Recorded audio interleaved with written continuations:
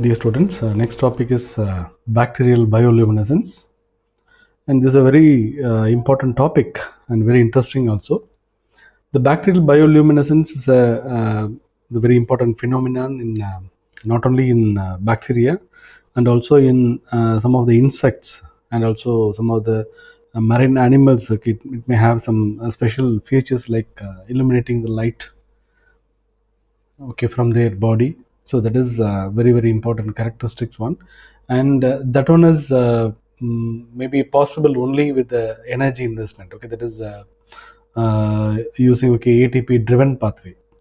So we can have the biochemical process involved in bacterial bioluminescence, and usually the luminous bacteria, the photobacterium fischeri and Xenohabdus species, okay, they are all this mutually symbiotic. Maybe the photobacterium fischeri lives in symbiotically in the light organs of the certain fish. Okay, that one is the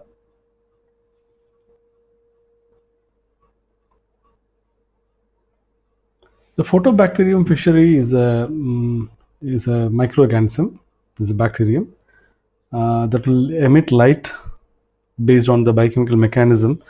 Especially the enzyme is involved is luciferase enzyme. The bacterial luciferase is a kind of monooxygenase, okay, that requires aldehyde for light emission, and this aldehyde is oxidized to fatty acid by the luciferase enzyme, and reduction to aldehyde is coupled to the oxidation of NADH. So this enzyme needs a cofactor NADH, and the further fatty acid utilization is possible, okay, by luciferase enzyme, and we can see the detailed the biochemical mechanism later. Before going to that, the bacterial bioluminescence may be possible in the different segments, okay, that is marine and also in freshwater bacteria also, okay, that is also possible.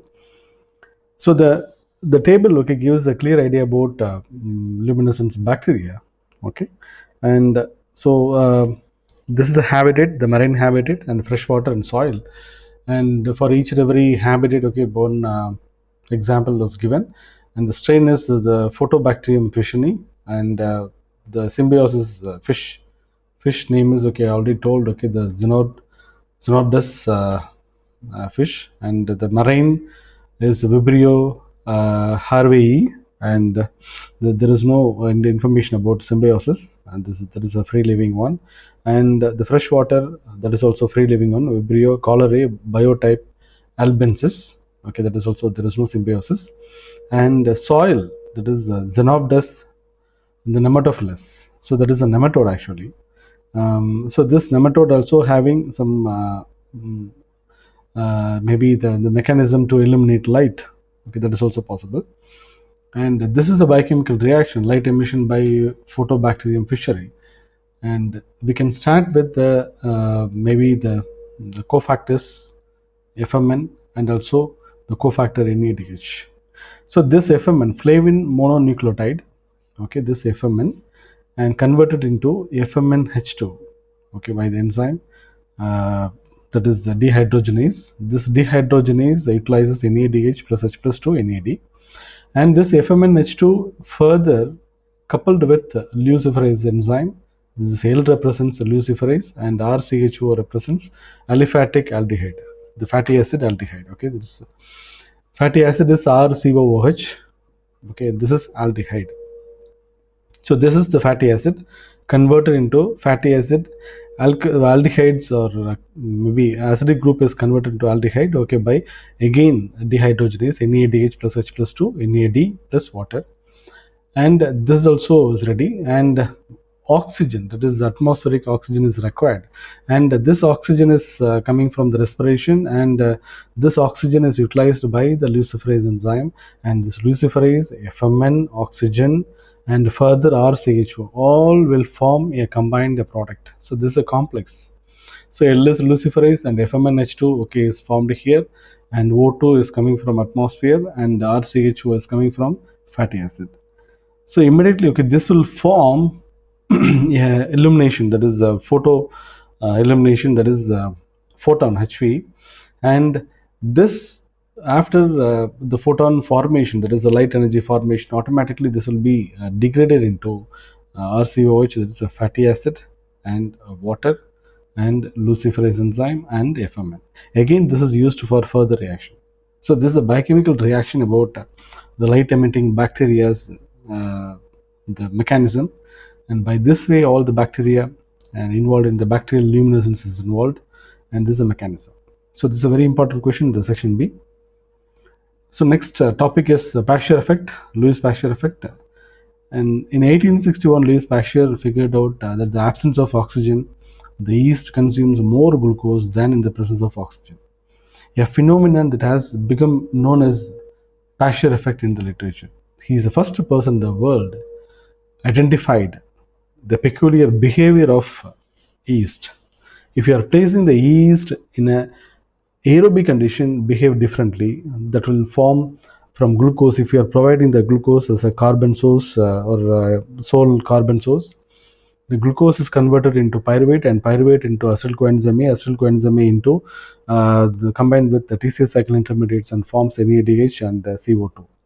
This NADH will enter into the TCA cycle and forms electron transport chain and forms ATP, and this ATP is the sole energy source for the particular yeast. So what happens, okay, if the yeast is placed in a anaerobic condition, for example, the oxygen depleted states, in that case, okay, what will happen? So oxygen is depleted means the electron transport chain is not in the full-fledged manner to produce ATP. So the yeast will behave differently. That is, it will do an alteration in the metabolism and alternate its metabolism into a formation of pyruvate, till pyruvate. And after pyruvate, the pyruvate to acetyl coenzyme A reaction is stopped. Actually, once it is started means acetyl coenzyme A, automatically that will form all the TCA cycle intermediates and finally NADH plus H plus. So this NADH will enter into the electron transport chain. So the main primary reaction is the conversion of pyruvate to acetyl coenzyme A. That reaction, the pyruvate dehydrogenase complex, is inhibited. And this is due to the presence of some other factors, some regulatory mechanisms, and that is oxygen sensitive mechanism. So due to that, the anaerobic conditions, okay, the cells will behave differently and it will form a different metabolite. For example, here this is a fermentation pathway, and the yeast in the cytosol, the glucose is the input, that is a carbon energy source, and by glycolysis that will form pyruvate. You can see 2 ATPs are formed and 2 NADH plus 2 PA are formed. Okay, that means 2 ATP and 2 NADH is formed. And after pyruvate, the pyruvate dehydrogenase complex will not work. Instead of that, pyruvate decarboxylase works on it and liberate carbon dioxide. So that is why the fermentation liberates more amount of carbon dioxide when compared to the fermentation instead of normal metabolism, not fermentation. And acetaldehyde is formed. This acetaldehyde, again, by the action of alcohol dehydrogenase enzyme, the NADH plus H plus converted into NAD, and ethanol is formed. So this ethanol is the alcohol, CH3, CH2OH. This ethanol is the end product of fermentation pathway. That is why all the yeast cells in the anaerobic condition that will produce ethanol. Okay, the overall reaction is glucose plus 2 ADP plus 2 PI and liberates 2 ethanol plus 2 carbon dioxide plus 2 ATP plus 2 H2O molecule. Under anaerobic condition, the rate of glucose metabolism is faster, but the amount of ATP produced, as I already mentioned, is smaller. The ATP formation is less when compared to the complete pathway. Okay, that means the utilization of one glucose entering into and finally electron transport. 38 numbers of ATP were formed. That 30p is not here. Maybe this is only 2 ATPs are formed. Okay, and when exposed to the aerobic conditions, the ATP production increases and the rate of glycolysis slows because the ATP produced acts as a allosteric inhibitor for phosphofructokinase 1, the third enzyme in the glycolytic pathway. So that is why it is having a refined regulation of controlling the energy metabolism and based on the availability of ATP and oxygen. So this is so-called fermentation pathway, and we can have the different types of fermentation. And the first one is lactate fermentation. This lactic acid bacteria are the heterogeneous group of aerotolerant anaerobes, okay, that ferment glucose into lactate as a sole or major product of fermentation. The lactic acid bacteria are a separate type of bacteria, and that will utilize all the glucose into lactate. The end product is lactate. That is why it is called as lactate fermentation and lactic acid bacteria. The very important genera are Lactobacillus, Sporolactobacillus, Streptococcus, Leuconostoc, and Pediococcus bifidobacterium. And these includes the genus Streptococcus and several species which are more pathogenic because due to lactic acid formation. And lactic acid bacteria are found living on the skins of all animals and the gastrointestinal tract and other places, including mouth and throat. The lactic acid bacteria are also important in various food fermentation, that is the food industry, especially the manufacturing of butter or milk and milk products like cheese, yogurt, pickles, etc. Okay, although they can live in the presence of air, they metabolize glucose only fermentatively and derive most of all their ATP from substrate level phosphorylation only. And the ATP is formed only by substrate level phosphorylation because that will not use electron transport chain for its energy production. Under certain growth conditions, they may transport lactate out of the cell. Okay, that is the productive one, secretory lactate. So this lactate is out of the cell, and that is very rare. And there are two major types of lactate fermentation: homofermentative and heterofermentative. The former uses Embden-Meyerhof-Parnas pathway, that is glycolysis, and the later uses HMB-Shen pathway, that is a homofermentation and heterofermentation. That is, the homofermentative uses EMP pathway, and heterofermentative uses HMB-Shen pathway. And the third pathway called as bifidobacterium, that is uses a separate pathway, bifidum pathway. And we can have one by one. The first one is the homofermentative lactate fermentation. This homofermentative pathway produces primarily lactate. The bacteria use a glycolytic pathway to utilize glucose to pyruvate and pyruvate to lactate. So this is the sole end product is lactate. That is why it is homo, only one. Only the lactate is end product. That is why it is homofermentative. That is only lactate is formed. And heterofermentative lactate fermentation, this utilizes more HMB-Shen pathway, and the glucose converted into ethanol, lactate, and these two are formed. That is why it is hetero. Hetero means the mixed products are formed. Bifidum pathway ferments glucose, two glucoses to two lactates and three acetates, okay, with the production of 2.5 ATPs per glucose molecule. So this is called as bifidum pathway, and this is also very important one because bifidobacterium is very important for the probiotic production, and it's very important for the health aspects also. And this lactate formation is a key factor, okay, for the nutrient management and all. And the two glucose molecules from plus 5 ADP plus PI forms 3 acetate molecule and 2 molecules of lactate and 5 ATP. The butyrate fermentation, the next type of fermentation is next to lactate. So this is butyrate. So the butyrate fermentation is butyl phosphate is formed or butanol is formed. So these butyrate fermentations are carried out by the butyric acid bacteria. Usually it's called as Clostridium species.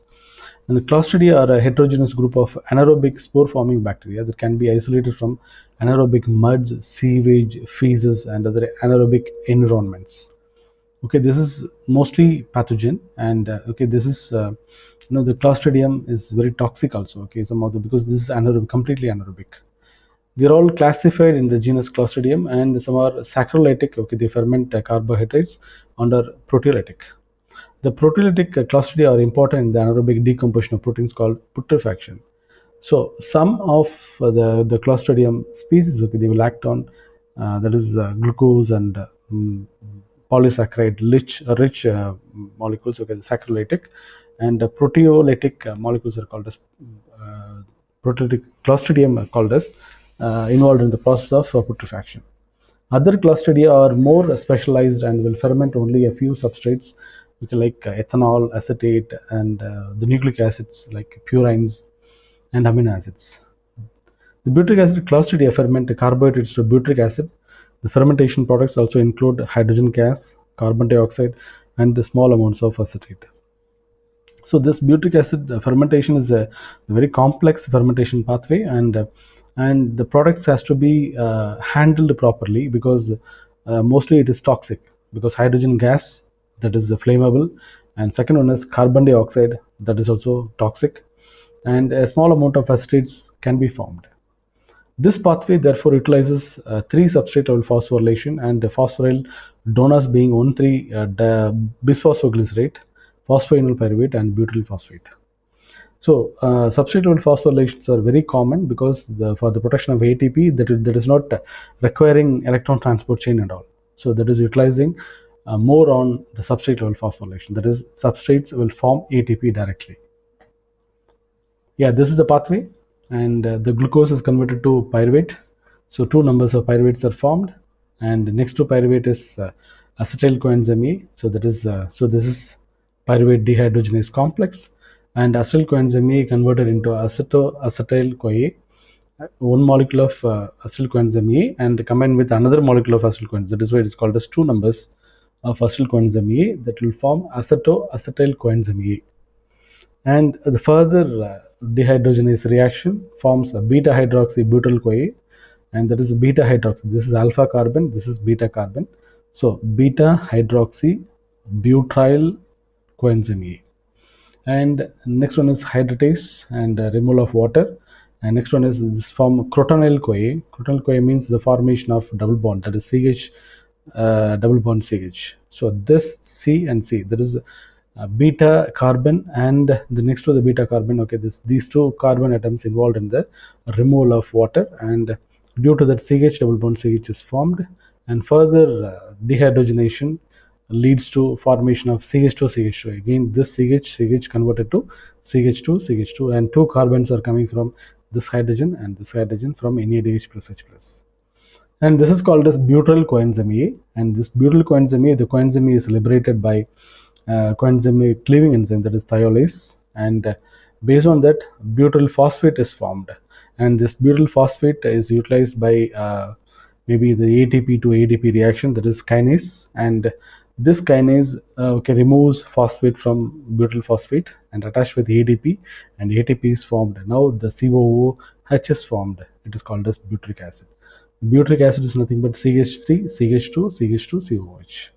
So this is a pathway for the production of butyric acid, and this butyric acid involved in the butyric acid fermentation pathway. Next one is the third type is mixed acid fermentation. This means the products are they completely mixed. Okay, it is not very separate like lactate or butyrate. It is everything. Okay, mixed with succinate, lactate, acetate, ethanol, formate, carbon dioxide, and hydrogen gas also. And this type is a little complex when compared to the previous ones. Here also I am giving the overall map of the formation of the different types of mixed acids. Okay, this glucose is converted to phosphoenol pyruvate to pyruvate. From phosphoenol pyruvate and an enzyme, okay, that is phosphoenol pyruvate carboxylase will lead to removal of inorganic phosphate, and oxaloacetic acid is formed. And from oxaloacetic acid, okay, the malate dehydrogenase will convert oxaloacetic acid into malate dehydrogenase, because all these reactions similar to the TC cycle, and the malate dehydrogenase will form malate and malate to fumarate by the enzyme, okay, the fumarase, because malate to fumarate is the fumarase enzyme, and removal of water, and fumarate to succinate. So by the fumarate reductase, so by the reduction, so this is by NADH plus H plus to NAD, and this succinate is formed. So all the boxed products are the end product. Next, coming to the pyruvate, and pyruvate, from the pyruvate lactate is directly formed. You know very well, lactate dehydrogenase enzyme. Okay, this lactate dehydrogenase is very famous enzyme, and this one is involved in the conversion of pyruvate to lactic acid or lactate.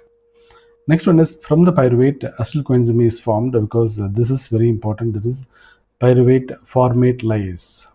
Okay, and this acetyl coenzyme A plus formate is formed. This is not the pyruvate dehydrogenase. This is pyruvate formate lyase.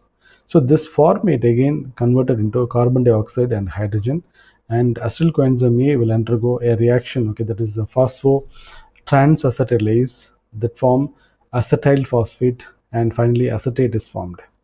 And acetyl coenzyme is converted to acetaldehyde and ethanol is formed, okay, similar to the fermentation pathway. So what are the end products formed? One is succinate, acetate, ethanol, formate or formic acid, carbon dioxide, hydrogen, lactate. So that is why this pathway is called as mixed type of fermentation, okay. And so with this, we can conclude all the fermentation, and so we can have the complete thorough of the fermentation process, lactate fermentation, and this is two different types, homofermentative and heterofermentative, and bifidum pathway.